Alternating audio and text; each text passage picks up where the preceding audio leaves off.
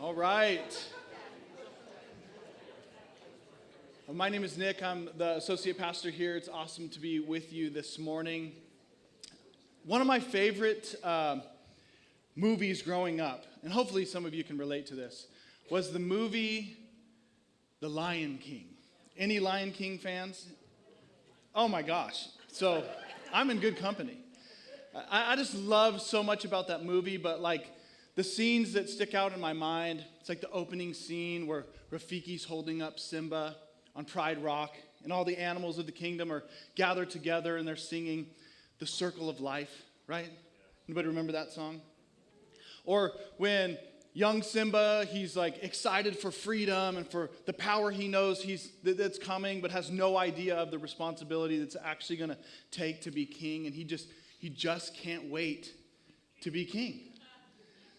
And like the most iconic song that comes out of this movie is the song Hakuna Matata, right? Hakuna Matata. It means no worries for the rest of your days. It's our problem-free philosophy, Hakuna Matata. Hakuna Matata is a Swahili phrase that literally means no worries. And doesn't that sound like a really awesome way to live? Just no worries. Do we live that way? The reality is that we didn't actually need to be taught how to worry. Most of us are really good at it.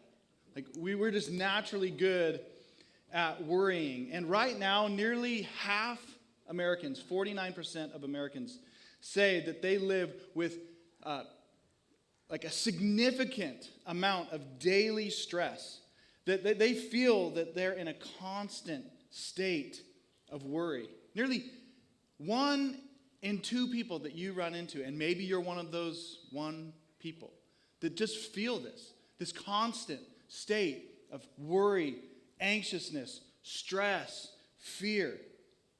It's not just occasional. It's not just, in hard seasons, but it's consistent. This is how much of our society lives. Almost 1 in 5 Americans have been diagnosed with an anxiety disorder.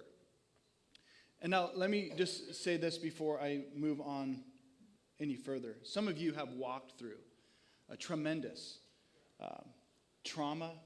You've lived through pain, and those things have shaped you and maybe have caused you to feel just a constant anxiety, a constant state that just feels maybe even overwhelming at times.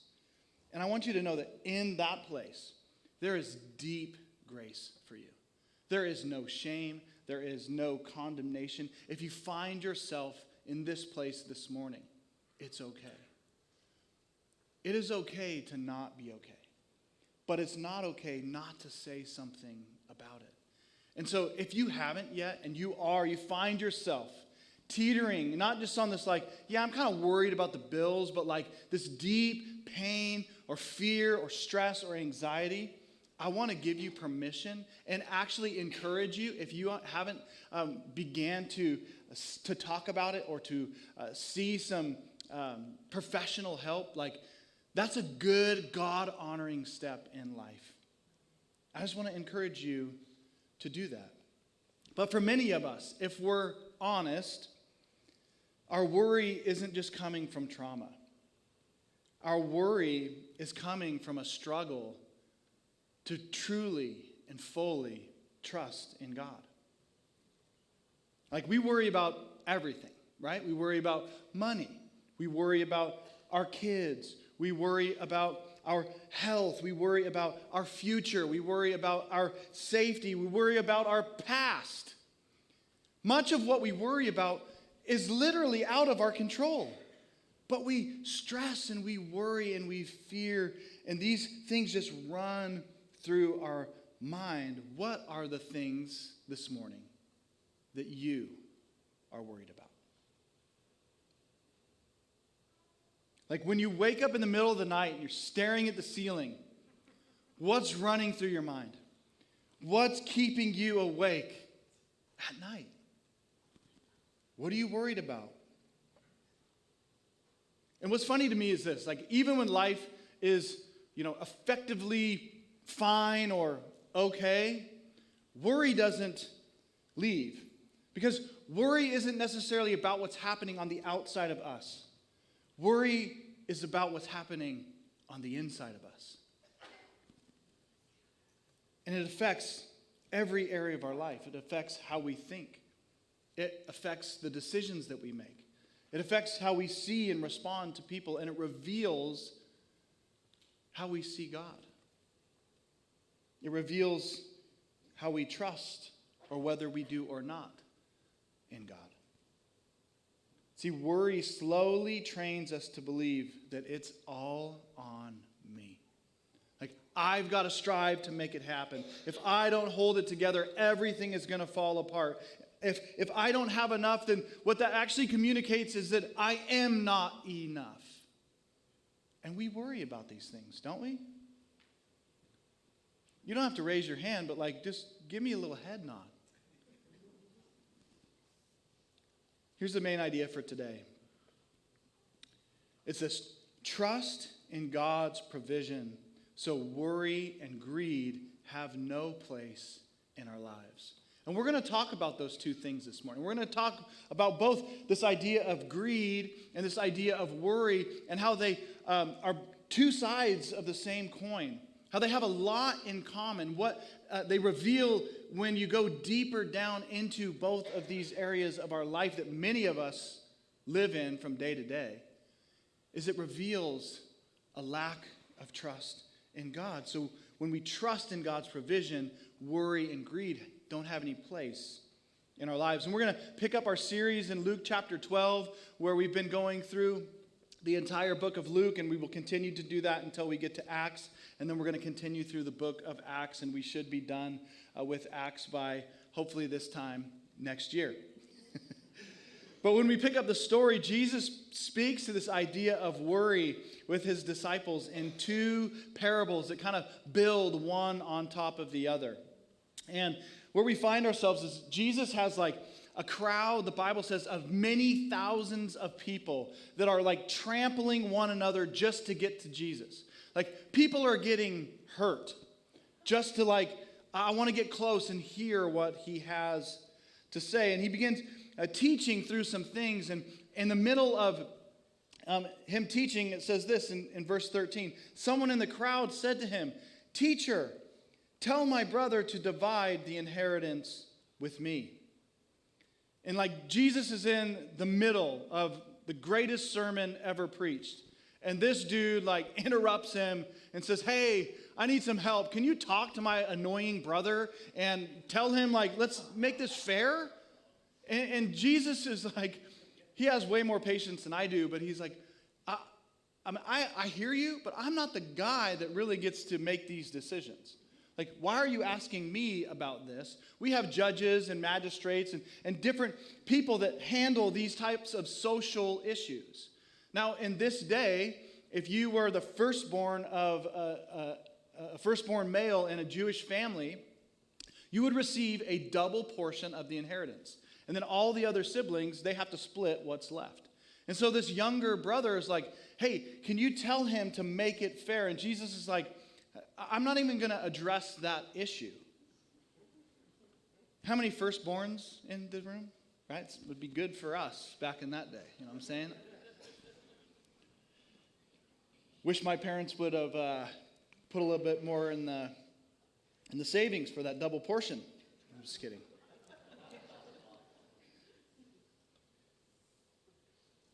But Jesus, he responds. He says, "Man," in verse 14, "who appointed me a judge or an arbiter between you?"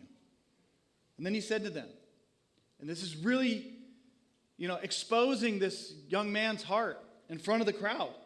He says, "Watch out. Be on your guard against all kinds of greed. Life does not consist in abundance of possessions."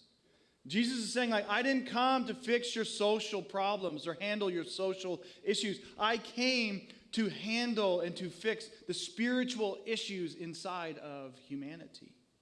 See, this man thought he had a legal problem, but Jesus exposes that he has a deeper issue. He has a heart problem.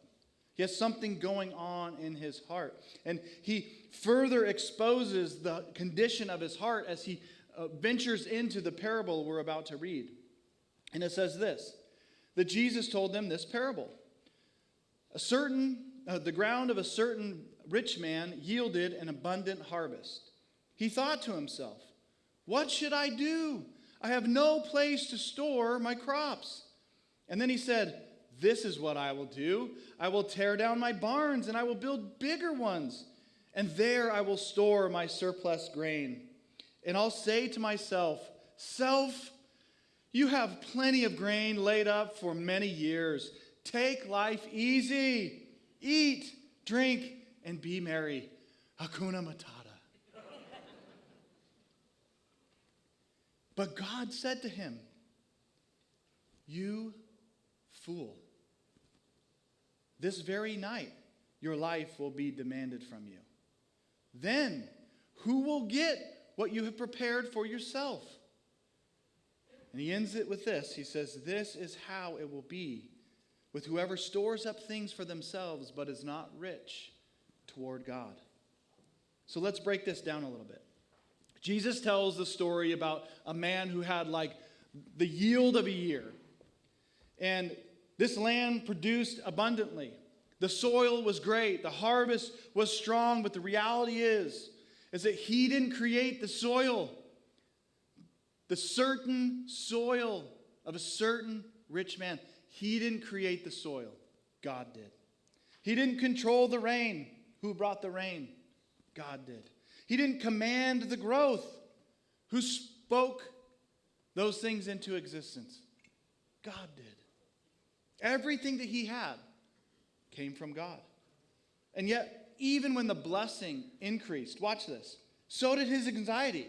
He's like, I have so much. What am I going to do? I'm worried about all this extra.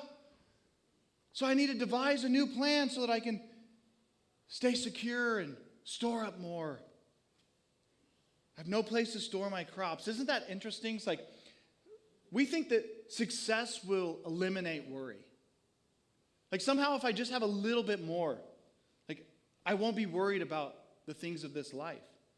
But success didn't eliminate this rich man's worry. It actually multiplied it. Because now he has more to manage. He has more to protect. And he has more to lose. See, some of the most worrisome people that I know personally aren't those who are like lacking. They're not those that have nothing. They're the people that seemingly have everything. And yet they're so worried. And we just know this. Like we've talked about this before. More money, more stuff.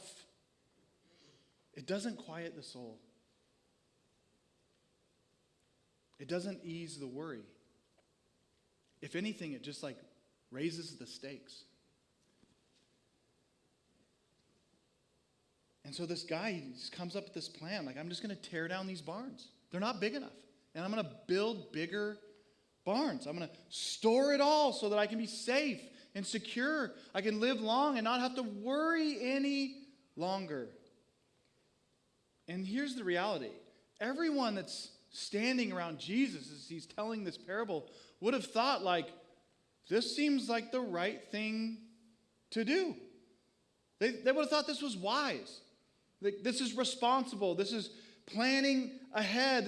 This honestly sounds a lot like what most of us are trying to do. Like, be secure. Be safe. To eliminate lack. To have more than enough just in case. But God interrupts the story, and what does he say? He says, you are a fool. And why is this guy a fool? He's a fool because he had no awareness of God. He had no reverence, no dependence, no thought, no view towards eternal life. It was just right here and right now. He accounted for everything. Like, he was good to go. Except he was missing one thing. He forgot to account for God. He forgot to account for his soul. And Scripture is pretty clear that foolishness is the opposite of wisdom. Scripture tells us that the beginning of wisdom is what this guy forgot to do, which is fear of the Lord, to revere and to honor, to keep him at the forefront of everything. The beginning of wisdom is to understand our relationship with God. And listen to the language he uses. He says, my crops, my barns, my goods, my soul. He's completely consumed with himself. And in one sentence, God exposes the truth. He says, this very night, your soul, your life will be demanded from you. Everything that you've built, everything that you've stored, everything that you've trusted in will mean nothing. Everything this man owned was on loan to him from God. And yet he was so anxious and worried about having enough or having more. It wasn't just his possessions that were on loan. It was like his entire life, his very life itself. And the reality is the same. It's very true for us. That everything that we've been given, every breath we take, every opportunity that we have, every resource that God calls us to steward, it all comes from him. Like, it's all on loan to us from him. And Jesus says to this man, this is how it will be with whoever stores up things for themselves but is not rich toward God. So what does it mean to be rich towards God? And many of you think that I'm talking about money. And that's some of it. Like Jesus says, like, sell your possessions. Give to the poor. Make alms to God. Like, be generous with your life. But what he's talking about here, being rich toward God, is more about having a relationship, a deep and intimate, rich relationship with God than it is about money. It means that your life isn't centered upon what you have, but it's centered upon who you trust. It means your security isn't found in what you store up, but in the one who holds on to your very soul. It means being rich towards God. And not just in the area of money, but in relationship, in deep intimacy with God. And when we're worried, when we're greedy, that relationship usually goes to the back burner. It's usually not at the forefront of our mind. It's usually a second or third or fourth thought. And Jesus says only fools lived consumed with controlling this life. And being unprepared for the next is a foolish move. Like, if you're only worried about the right here and right now and not looking towards eternity, he said that's a foolish move. Like, that's a foolish way to live. When we live without eternity in view, we will either spend our life storing up more or stressing about what we don't have. But either way, hear me, we miss what matters most. Whether we work to store up or whether we worry about the lack that we have, we miss what matters the most. And one day, just like this man, we will give an account of our life. Like, our life and our soul will be required of us. And that's what it means to live with eternity in view. That I'm not going to worry about accumulating and acquiring and storing up and having this safety net just in case. I'm not going to depend on those things more than I depend on God, on his provision, on his faithfulness. So let me just ask you this question before we move on to the next parable. Who are you trusting in this morning? What are you trusting in this morning? All of us have to wrestle with this, like on a daily basis. Like, who am I going to put my trust and my faith in? Is it in me? Is it in the stuff I have, the things I do? Or is it in my Creator? Is it in my relationship with a loving Father? And Jesus doesn't just stop there. Like, he presses in, especially to the disciples. And he says this, "Therefore, I tell you, do not worry about your life, what you will eat, or about your body, what you will wear. For life is more than food, and body more than clothes." Now, the reason we started with the first portion of this is because Jesus says, "Therefore." And anytime you read in the scriptures a "therefore," you have to go back to know, like, what is it there for?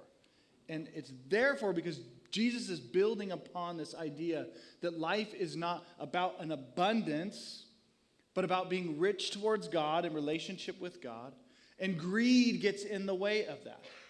And also, he moves into this place of worry. He says, do not worry. Did you know when Jesus says, don't do something, and we do it, you know what that's called? Sin. You're like, how is worry a sin? Well, Jesus commands us, do not worry about your life. I think all of us maybe have sinned this morning. Because maybe we did exactly what he said. Like, don't worry about what you're going to eat. Maybe that was the first thing on your mind when you woke up. Or what am I going to wear? I want to look nice. Right? Jesus says, life is more than food and the body more than clothes. He's showing that greed and worry are connected. They're both symptoms of a deeper issue, which is a lack in trust with God. See, greed is the attempt to secure our life, and worry is the fear that we never will be able to. And both reveal this. Both reveal that our trust is in the wrong place. Now, the people in this crowd, they would have legitimately been concerned or worried about where their next meal was coming from. Like, even some of the least resourced people in our society have more than some of the wealthiest people in this society. Think about that. Some of the most under-resourced people have way more than maybe even the wealthiest people that were around this crowd had.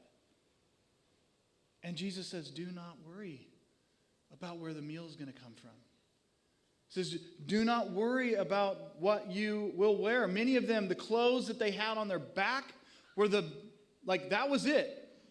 And I think it's a little bit funny that we tend to struggle and worry about the same things as these people, just in a little bit different way. Like, we do maybe worry, and maybe worry is not a great word, but we think about, and we wrestle with this tension of making a decision on what we will eat. Am I right? And we do this as we open the pantry full of stuff, and we're worried about it. Like, oh, I don't know, what should we eat? One of the biggest, I didn't ask my wife for permission, but I've said this story another time on a different stage. But one of the biggest fights I've ever been in with my beautiful bride, Kelsey, was over food. I'm not joking. We got in the car. I put the car in reverse. We backed down to the end of the driveway. We're like, where do you want to go to dinner? I'm like, don't matter to me. Where do you want to go? I don't know. You pick. Why do I always have to decide? Well, I always decide. No, you don't. And I was like, anybody ever seen the scene in The Notebook where he's just like, what do you want? We're having this interaction, and I'm not even lying to you. We sat in the car for like 2.5 hours at the end of the driveway and fought over food. And then I put the car in drive. I drove up, and we went inside and didn't even eat dinner. True story. But we worry about these things. We worry about what we're going to wear. Are we going to look good enough? And we have a closet full of clothing. But you know what? We also worry about things that we feel like justified in worrying about. Like, it's not just all jokes. We worry about things that we feel like we should. I mean, think about the things that make you anxious, the things that make you worry. Are you worried about the future? Like, are you worried about the job or the school or the marriage or whatever it might be, becoming an empty nester? Are you worried about something that's completely out of your control? Are you worried about the past? Man, I wish I hadn't have done that. I wish I hadn't have said that. And it's just something that's like at the forefront of your mind way more often than it should. Whether it's money or job security or relationships or what others might think, we worry and we honestly feel like justified in that worrying of those things. Because we like try to spin it. It's like, no, I'm actually being productive. It's like, no, worry doesn't accomplish anything. Literally, worry will get you nowhere and really quickly. Worrying about something does not give us any gain in life. The word worry in Greek, this is a hard word for me to say, but I'm going to take a stab at it. Myrmeniao, from the root word meaning to be distracted or to be divided. The word worry means to be distracted or to be divided. Now, both of those things happen when we worry, right? We're not able to be present. If you're walking down an aisle at the grocery store, you probably won't even notice somebody because you're worried about something. Maybe it's at home in your living room and your kid's talking to you, but you're distracted because you're mulling over the things that have you concerned about life.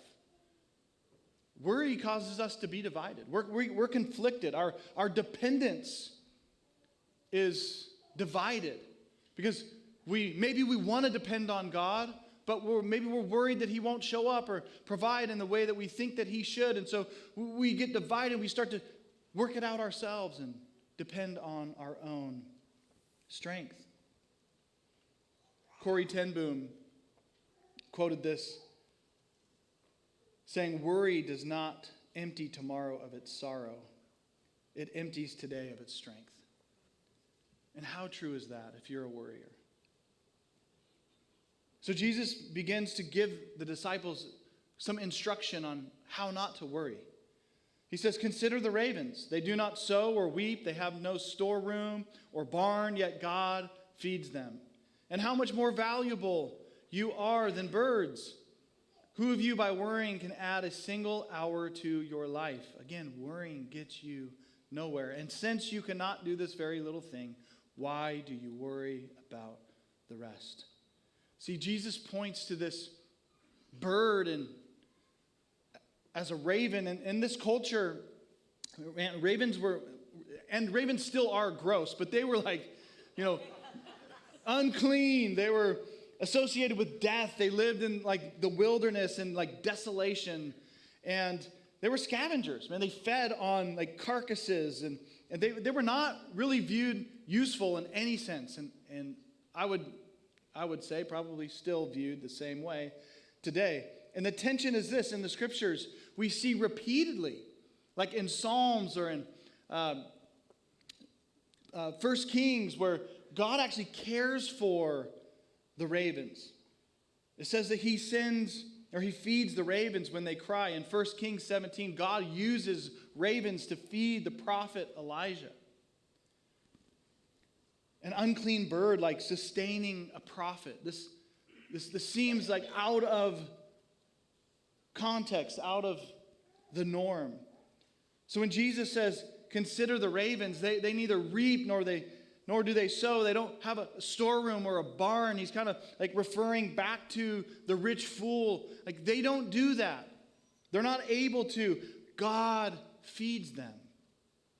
He's making this deliberate point because he doesn't say doesn't use like a dove or some bird that would be a sign of purity or worthiness. He uses a raven.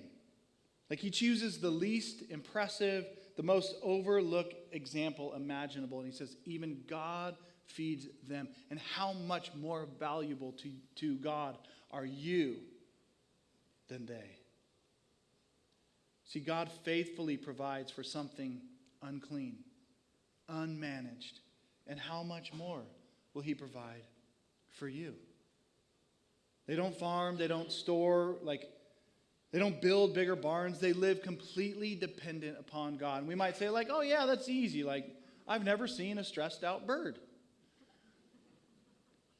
But this story and this illustration that Jesus is pointing out is that God provides for even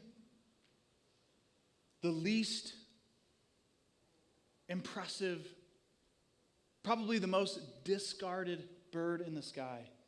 And how much more will he provide for you? He's confronting the illusion that our security comes from what we can control, what we can earn.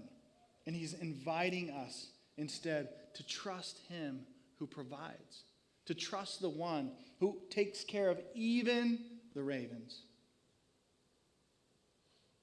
And he uses yet another illustration. He says, consider how the flowers grow. They do not labor or spin, yet I tell you that not even Solomon in all of his splendor was dressed like one of these. If that is how God clothes the grass of the field, which is here today, and tomorrow is thrown into the fire, how much more will he clothe you, you of little faith? See, when Jesus is talking about flowers, he's pointing to these wildflowers that would have been in bloom during the time of this message that he's preaching. And they're not like these neatly cultivated flowers in this pristine little garden. No, they just grow naturally. They're bright blooms that kind of cover the hillsides, and they grow without any sort of effort. They're here for a moment, and they're gone tomorrow, but they're beautiful. They're ornate and elaborate. And Jesus says, they don't grind to survive. They don't labor and toil. They don't spin, which in this context is actually spinning clothing, spinning thread to make clothing, which many people had to do to make their own clothing. He's saying these flowers, they don't do that. And yet they're more impressive, more beautiful than the greatest king that ever lived, the one that could afford the most beautiful clothing that anyone could ever afford. They were dressed better than even Solomon.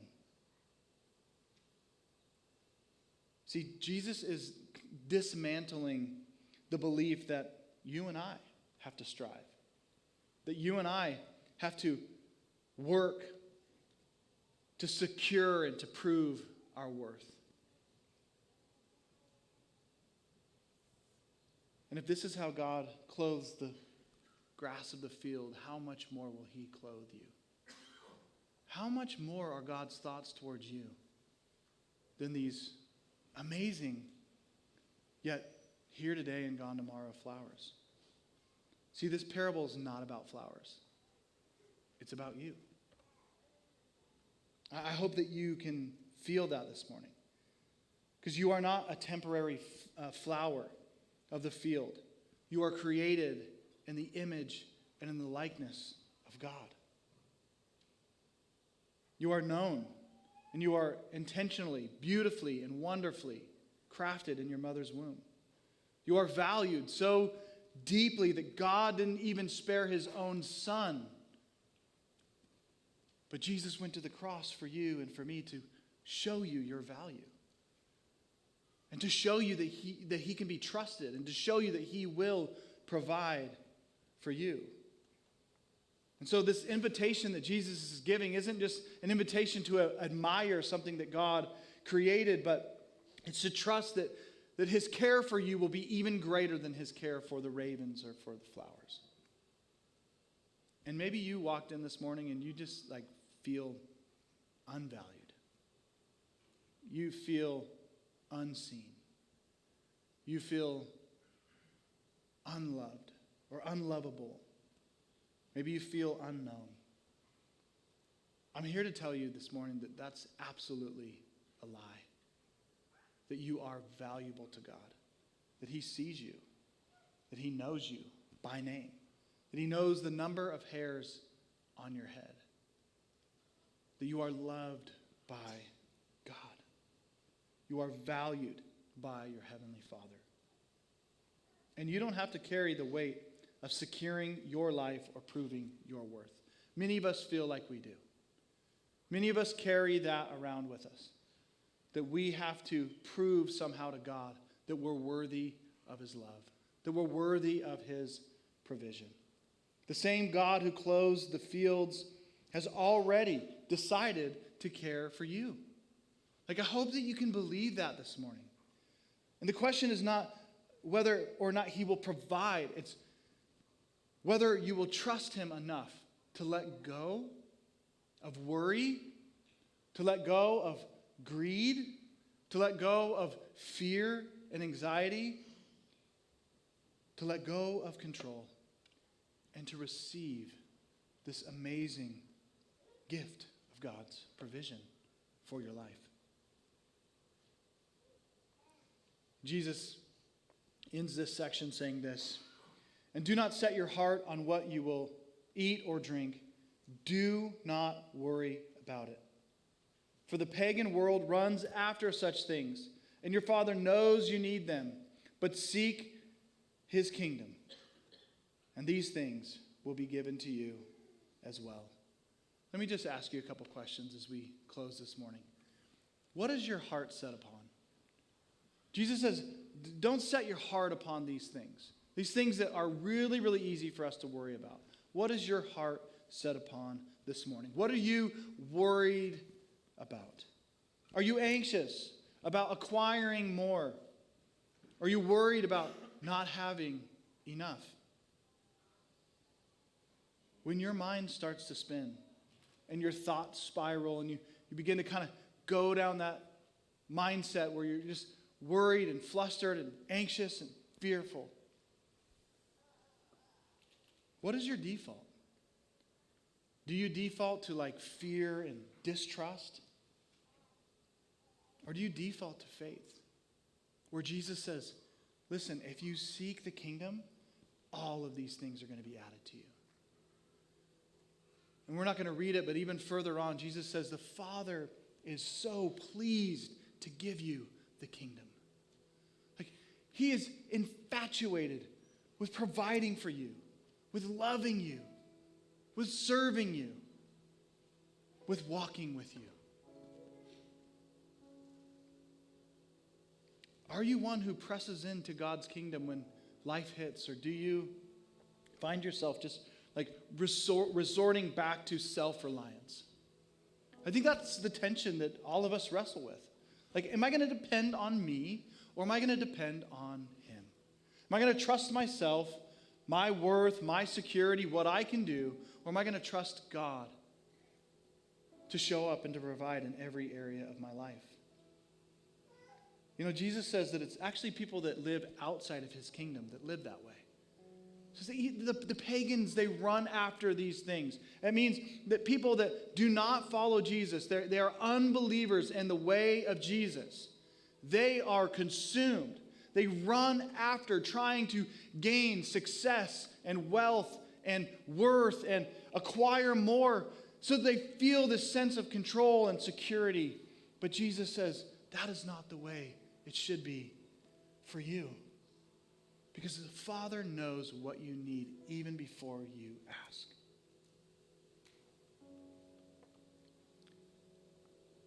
Jesus gives us three things. He gives us a warning, which is that life is not about an abundance of stuff. He gives us an example of the rich fool who stored up a bunch of things and thought he was good to go. And God's like, I'm demanding you your life right now. All this stuff that you built up that you thought was going to be enough, who's going to get that now? And he gives us this invitation to trust that he will provide. And when you look at kind of how God faithfully sustains even the things that are of lesser value, the things that seem less significant than humanity, we can see God's faithfulness in that. How much more will he sustain and love and care for and provide for you? Do you trust him? So if worry, if that doesn't work, and if like control is not the answer, then what do we do?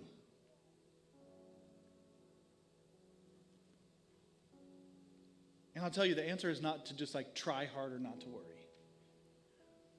That's where like the breakdown of Hakuna Matata, because that whole like way of living is just like to pretend that, everything's all good.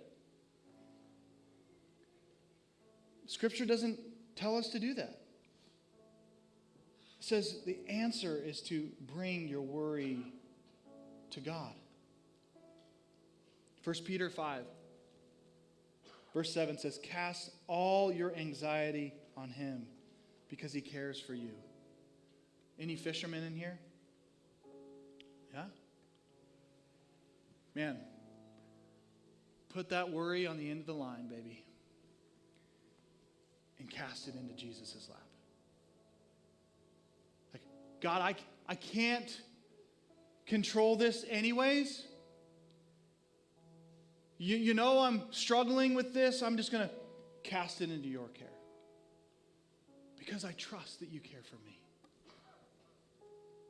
So that thing that's like keeping you up at night, the conversation that you're replaying in your mind, like, man, I wish it wouldn't have went that way. The fear that you have about the future, or the pressure that you feel to hold everything together. I just want you to bring those things to mind right now. What is it for you?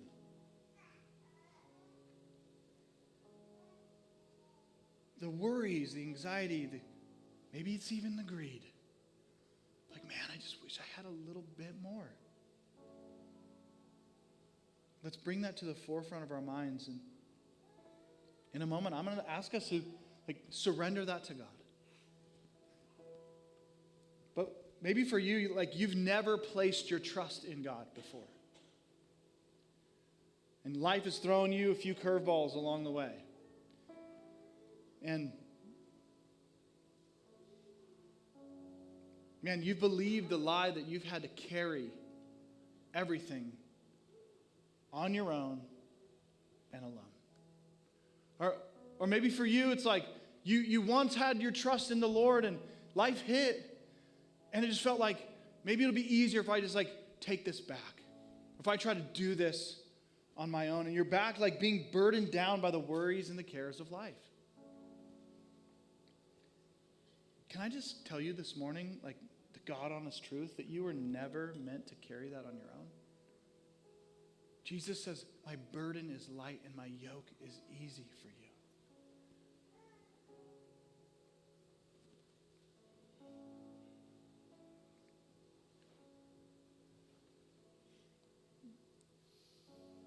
I'll end with this, and then we'll pray. Philippians 4, verse 6 and 7. Paul encourages us to do this. To not just bury the worry, to not just push it to the side and pretend everything's okay, to not try harder not to worry. Peter tells us to cast our cares upon God. And Paul tells us this: do not be anxious about anything. But in every situation, by prayer and petition, with thanksgiving, present your request to God. God, I'm worried about the future. God, I wish I wouldn't have said those things or done those things. God, I'm worried about having enough. Lord, I'm fearful for my kids. Present your request to God. And here's what happens. The peace of God.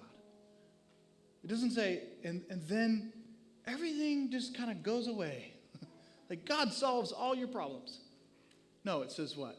The peace of God which transcends all understanding, what does it do? It becomes a guard for